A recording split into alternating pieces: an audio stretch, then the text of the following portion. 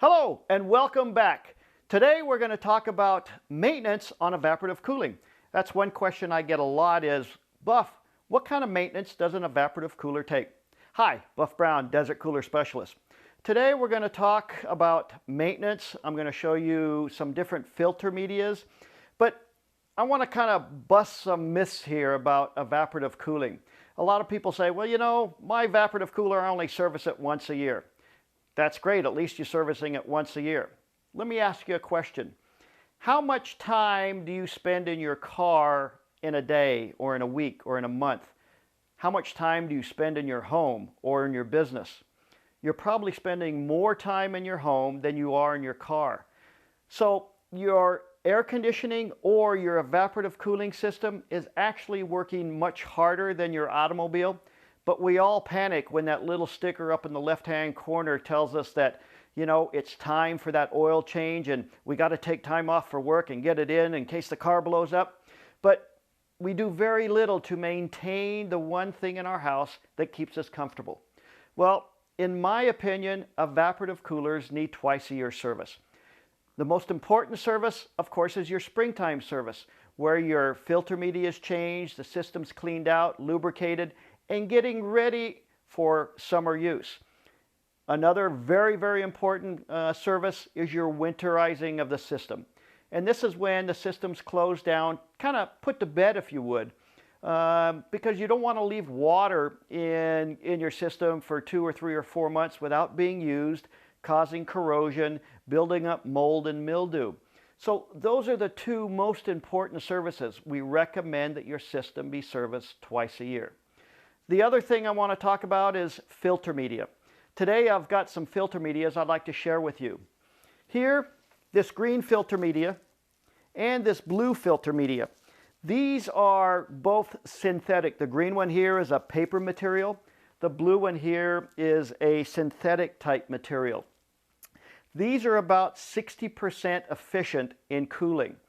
And most of your service companies, and I'm talking most of your air conditioning companies, will use this type of filter media. Why? These both come in rolls. Therefore, they can take them up on the roof or take them anywhere that coolers need to have their pads changed. And these are mostly used on your basic swamp coolers and be cut to size. So they're doing it out of convenience for them, not for your comfort.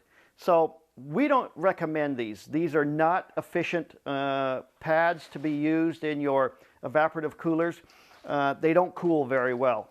What Desert Cooler Specialist uses is what the factory recommends. This is what's called aspen pads.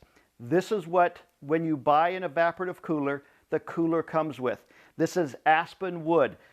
Shaven up, it kind of looks like straw.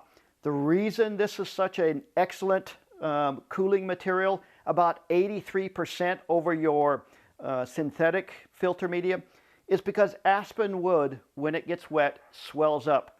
So this filter media will actually swell up to twice the size that it is. Another thing you need to look for when you buy aspen pads is that it is a dense aspen pad. I'm going to hold this up and you shouldn't be able to see me through it, and that's how you tell if you have a high grade or a low grade of aspen filter. So you shouldn't be able to see me. You may see a little light, but that shows the density of this filter media. Now, Desert Cooler Specialists, all of their service trucks carry 5 of the most common aspen pads that we can use in basic swamp coolers. So this is what we recommend for optimum cooling for your basic evaporative cooler or swamp cooler. Now, let's step it up a little bit and go to your high performance evaporative coolers. This is what's called cell deck filter media. It's kind of a cardboard type substance, and this is what is used in the high performance evaporative coolers. It comes in a 8-inch model, it comes in a 12-inch model, and also what's called a 4x4. And that being that the filter media is either 8 inches thick or 12 inches thick. Keep this in mind. The thicker the pad, the colder and the drier the air. The longer that air has to travel through a wet, dense filter media, the colder it's going to be when it comes out the other side. This is about 93% efficient on a very hot and dry day. Very efficient, and the neat thing about these, with proper maintenance, twice a year service, and an auto flush system installed within your high performance system, these filters will last anywhere from 4 to 6 years. They don't have to be replaced every year. They do have to be cleaned and serviced.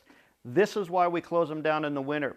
These sitting in your cooler with water have a tendency to get saturated with water, and you have the possibility of picking up mold and mildew. So with that in mind, keep in mind your evaporative cooler works very hard to keep you comfortable in your home. With fresh, clean, healthy air, a properly serviced evaporative cooler can not only save you money on your utilities, but can also keep you very healthy during the summer months.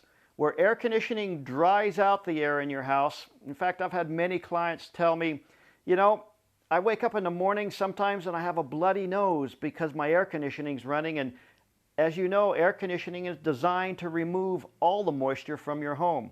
That's why evaporative cooling is such a popular way of staying cool here in the summer.